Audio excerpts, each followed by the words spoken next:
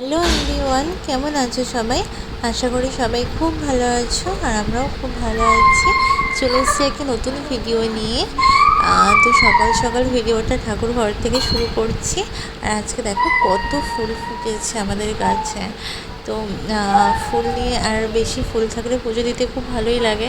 তো এই যে ঠাকুর ঘরে এসেছি আর মাম্মাম আমার কাছে আছে। তো এখন এই যে পুজো দিয়ে নিচ্ছি।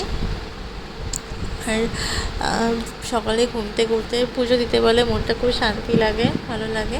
তো আজকে পুজো দেওয়ার পর শুধু প্রসাদই খেয়েছিলাম, আর কিছু টিফিন করিনি, কারণ অনেকটা বেলা হয়ে গিয়েছিলো। তো আর কিছু খেলে না দুপুরে ভাত খেতে পারবো না।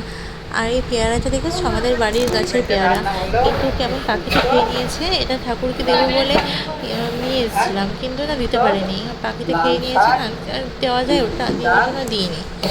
আর এই যে এখন প্রতিদিনকার মতো বেলের শরবত করছি।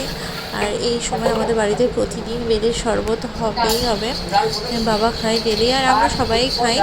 তো এই যে বেলের শরবতটা করছে এখন। আর বেলটা এত সুন্দর পাকা ছিল না, খুব ভালো বেলটা ছিল পাকা।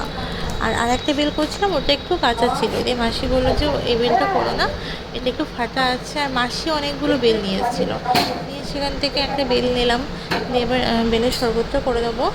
আর মামাকেও প্রতিদিন আমি বেলের শরবতটা খাওয়াই। মানে বেলে তো খুব ভালো ক্যালসিয়াম থাকে, খাওয়া খুব ভালো শরীরের জন্য। তো মামাকেও দিই। তো ওই জন্য আগে প্রসাদ জলটা খেয়ে বেলের শরবতটা করে নিচ্ছি।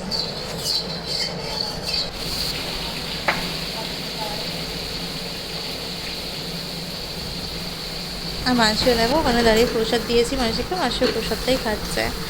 আর আমরা ছেঁকে নিচ্ছি বেলের শরবতটা। ছাগলেই ভালো হয়, না ছাগলে ওগুলো মুখে পড়লে না ভালো লাগে না। দিয়েছে। আর এবার একটু গুড় দেবো, আর বিট লেবুর রস, তাহলেই হয়ে যাবে। আর কিছু দিই না। টক দইও আগে দিতাম, এখন আর টক দইটা দিই না, এমনি শুধু লেবুর রস, গুড় আর বিট দিয়েই করি।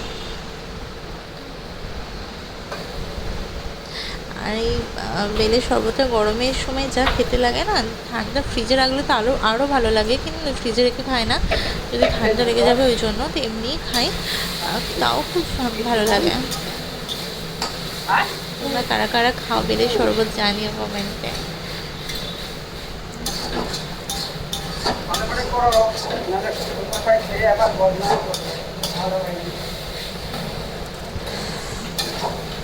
দেখো এবার খুব ভালো করে ঘেটে নিচ্ছি, তাহলেই ব্যাস রেডি বেলের শরবত।